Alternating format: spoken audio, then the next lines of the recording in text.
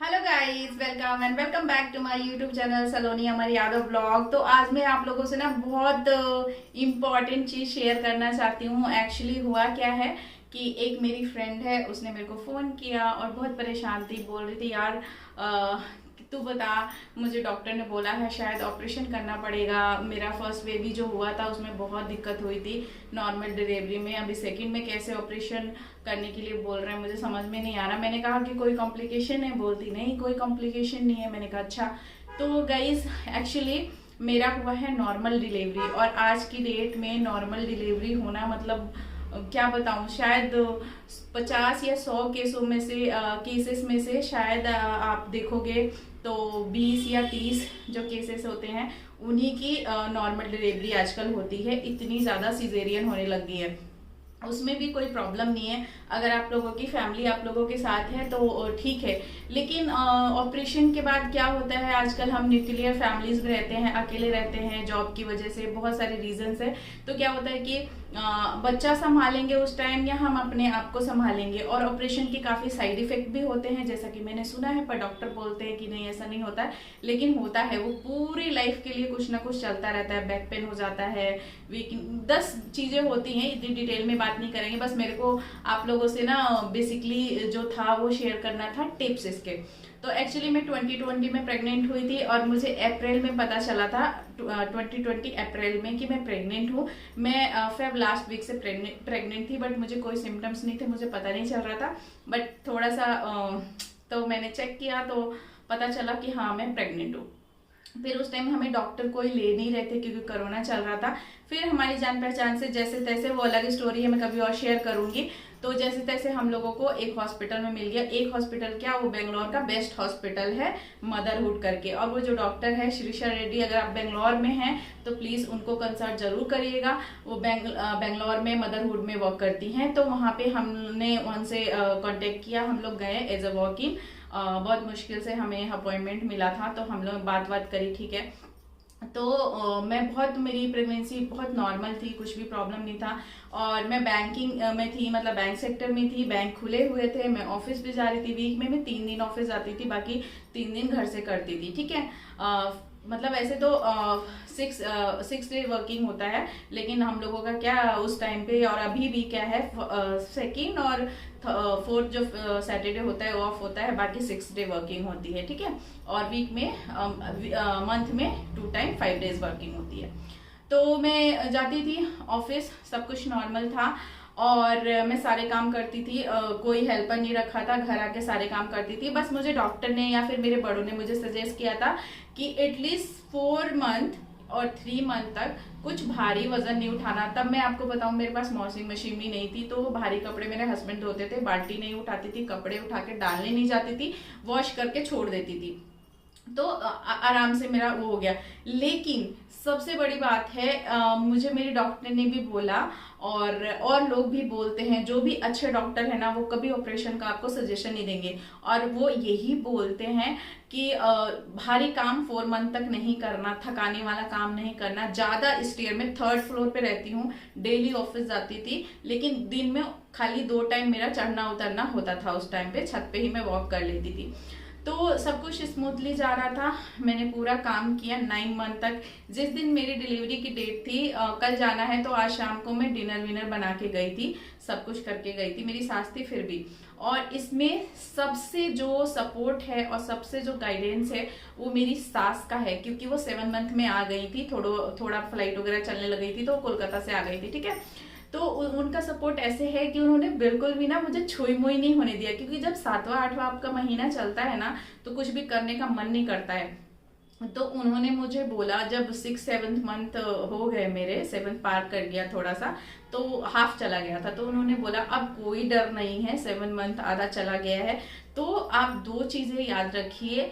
एक तो बैठ के झाड़ू लगाना, ठीक है। झाड़ू लगाना बैठ के बहुत अच्छा होता है उस टाइम पे, जब आपका 8th मंथ शुरू होने वाला हो।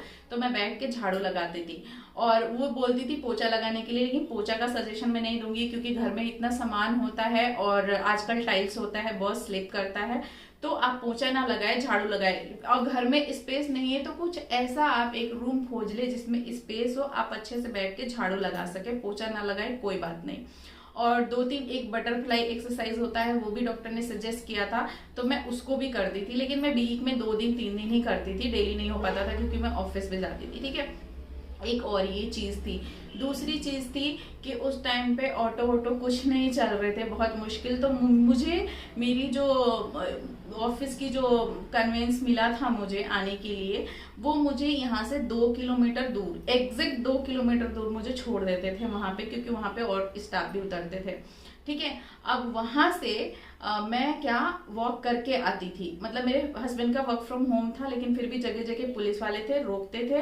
वैसे बैंक से मुझे पास मिला हुआ था, हस्बैंड ने गाड़ी पे लगा दिया था, फिर भी उनका भी कभी कभी ऑफिस होता था। तो शायद मैं वीक में 4 डे 5 डे तो मैं वॉक करके 2 किलोमीटर आती थी।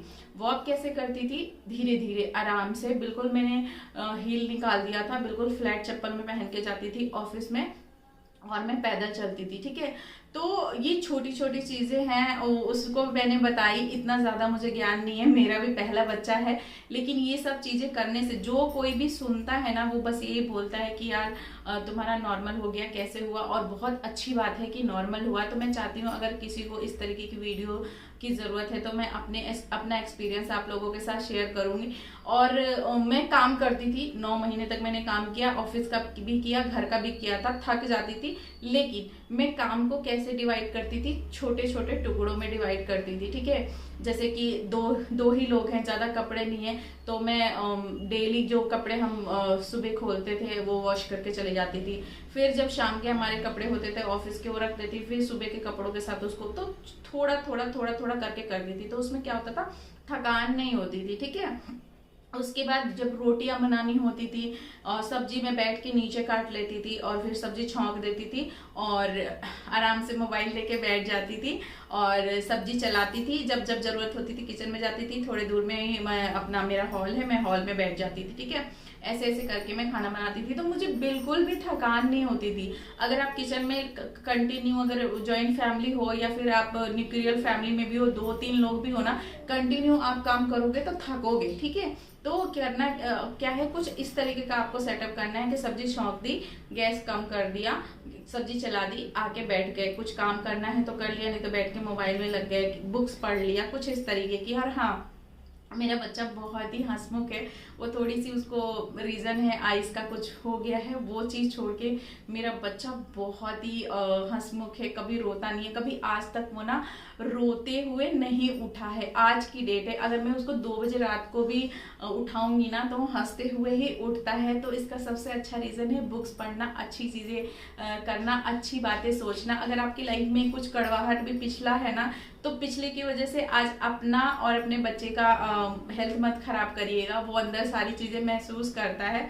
तो प्लीज आप ये सब चीजों का ध्यान रखिए। और मैं बार बार कह रही हूँ, जो मैंने किया है वो मैं बता रही हूँ, जो मेरे घर वालों ने मुझे बताया है वो मैं बता रही हूँ, लेकिन इससे फर्क जरूर पड़ेगा। मैं साउथ में रहती हूँ, यहाँ पे आंटी हैं मेरी ऑनर, उन्होंने भी मुझे ये बात बोला था कि बेटा जब तक कोई कॉम्प्लिकेशन नहीं हो, ठीक है, भले हेल्पर रख लो, लेकिन कुछ चीजें करते रहना, बिल्कुल बेड रेस्ट मत लेना। उन्हीं लोगों का ऑपरेशन होता है जिनकी, या तो मतलब ऐसे नहीं मैं बोल सकती हूँ, बट होता है ज्यादा कि हम अपने बॉडी को एक्टिव नहीं रखते हैं। ठीक है, और हमारा जो, मैं बोल नहीं सकती, वहाँ रास्ता खुलता नहीं है और ऑपरेशन की दिक्कत आती है। अगर कोई वैसे रीजन है, क्रिटिकल केस होते हैं, कई चीजें होती हैं, तो उस टाइम पे डॉक्टर करते हैं तो ठीक है। लेकिन अगर आपको इस तरह की कोई प्रॉब्लम नहीं है तो आपकी भी डिलीवरी नॉर्मल हो सकती है। कुछ बातों का ध्यान रखिए, कुछ क्या बहुत बेसिक सी चीजें हैं, बेसिक सी हमारे पुराने जमाने से चलते आ रही हैं, बट हम नहीं ध्यान देते हैं। मेरी मम्मी बताती हैं, मतलब उनकी मेरी दादी ने बताया है कि जब मेरे पापा हुए थे ना, तो उस टाइम हमारे गांव में मशीनें नहीं थी आटा वाटा पीसने की, चावल वावल कूटने की, तो चावल घर में कूटा जाता था, आटा चक्की में पीसी जाती है। आज भी मेरे घर वो चक्की है, मेरी दादी वाली, जो मेरी दादी काम करती है। हम लोग जब घर के बेसन का मन होता है, कुछ ऐसा बनाना होता है ना, तो हम लोग उसमें बेसन पीसते हैं। ठीक है, वो चक्की कभी मैं गाँव जाऊंगी तो दिखाऊंगी। तो वो चक्की में ना हम लोग बेसन पीसते हैं। तो मेरी दादी घर का खाना वाना बना ली, वो खाना वाना बनाने के बाद मेरी दादी मतलब जाके रेस्ट कर रही थी, और फिर बोला कि क्या रेस्ट करो, चलो शाम के लिए थोड़ा आटा कम पड़ जाएगा, आटा पीस लेती हूँ। तो मेरी दादी ने दोपहर में आटा पीसना शुरू किया और शाम को मेरे पापा हो गए। दादी को हल्का हल्का पेन हो रहा था, तो बहुत इजी होता था। इसलिए हम आज की डेट में बोलते हैं ना कि घर में पहले कैसे हो जाता था, सिर्फ दाई करवा लेती थी। हाँ ठीक है, कुछ केसेस खराब भी होते थे, लेकिन जितने आज हो रहे हैं ना, जितनी आज हम लेडीज को दिक्कत हो रही है उतनी पहले नहीं होती थी, क्योंकि वो काम करते रहते थे, अपने बॉडी को चलाते रहते थे। ठीक है, मैंने अपने घर में भी देखा है कि मतलब हमारी तरफ तो क्या बताऊं डॉक्टरों का हाल, मान लीजिए गांव में झोला छाप डॉक्टर है, वो अपने फायदे के लिए कि ऑपरेशन होगा तो इसी हॉस्पिटल में आएंगे क्योंकि यही ट्रीटमेंट करा रहे, अपने फायदे के लिए वो क्या करते हैं कि अरे आपको ब्लड की कमी है, ये है वो है। देखिए जो जेन्युइन है, ब्लड की कमी है कुछ है, उसको भी दूर कर सकते हैं कि आयरन वाली चीजें खाइए, पालक खाइए, साथ में जो डॉक्टर दवाइयां दे रही है आयरन कैल्शियम की जो भी टेबलेट्स वो भी लीजिए। ठीक है, लेकिन वो लोग क्या करते हैं ना, 2-3 केसेस हमारे गांव में हुए हैं, इसलिए मैं बता रही हूँ कि अगर आपके आसपास भी इस तरह के डॉक्टर है तो प्लीज उनसे बच के रहिए। बोलते हैं कि अब आप बेड रेस्ट करिए, कुछ भी आपको नहीं करना है, आपको हल्के काम करने हैं, भारी नहीं करना है शुरू के 4 मंथ, उसके बाद आप आराम से कर सकती हैं। ठीक है, और फिर वो पूरी तरीके से बेड रेस्ट पे बैठ जाते हैं। सास भी कहती है कि यार कुछ हो जाएगा तो सब बोलेंगे कि मैंने काम करवाया, काम करने से कुछ नहीं होता। आप बाहर वाली कंट्री में देख लो, ऑपरेशन का रेस्क्यू देख लो और नॉर्मल डिलीवरी की देख लो, और वो सब कुछ मैनेज करती है घर से बाहर तक। हमारे तो क्या, सब्जी हस्बैंड लेके आ रहे हैं, जो कुछ भारी काम है हमने हस्बैंड पे डाल दिया, भाई पे डाल दिया, चाचा पे डाल दिया। वहां ऐसा कुछ नहीं है, मुझे अपना काम खुद ही करना है, सब कुछ अपना करना है। थोड़ी सी इजी लाइफ है, लेकिन सोचो कि आप थके हो, हारे हो, घर में कुछ नहीं है, आपके लिए कोई देने वाला नहीं है, आपको जाना पड़ेगा तो लेके आना पड़ेगा। कुछ इस तरह से चीजें जो ऑनलाइन नहीं आएगी या जो भी है। ठीक है, तो यही है कि आप अपने को बिना थकाए आराम से काम करिए। ठीक है, और अपने डॉक्टर की जो सलाह है उसके हिसाब से करिए। मैं बार बार आप लोगों से बोल रही हूँ ये चीज़, क्योंकि मेरे साथ जो हुई है और मेरी नॉर्मल डिलीवरी हुई है इसलिए बता रही हूँ, और मेरी सिस्टर की भी नॉर्मल हुई है, मेरी छोटी सिस्टर की भी नॉर्मल हुई है मेरे घर में। मतलब वैसे मेरा बहुत बड़ा परिवार है, मैं यहाँ पे वो सब नहीं गिनाऊंगी, लेकिन कम से कम 8-9 बहुएं हैं और हम 15-10 लड़कियां हैं, बुआ हुआ सब मिला के।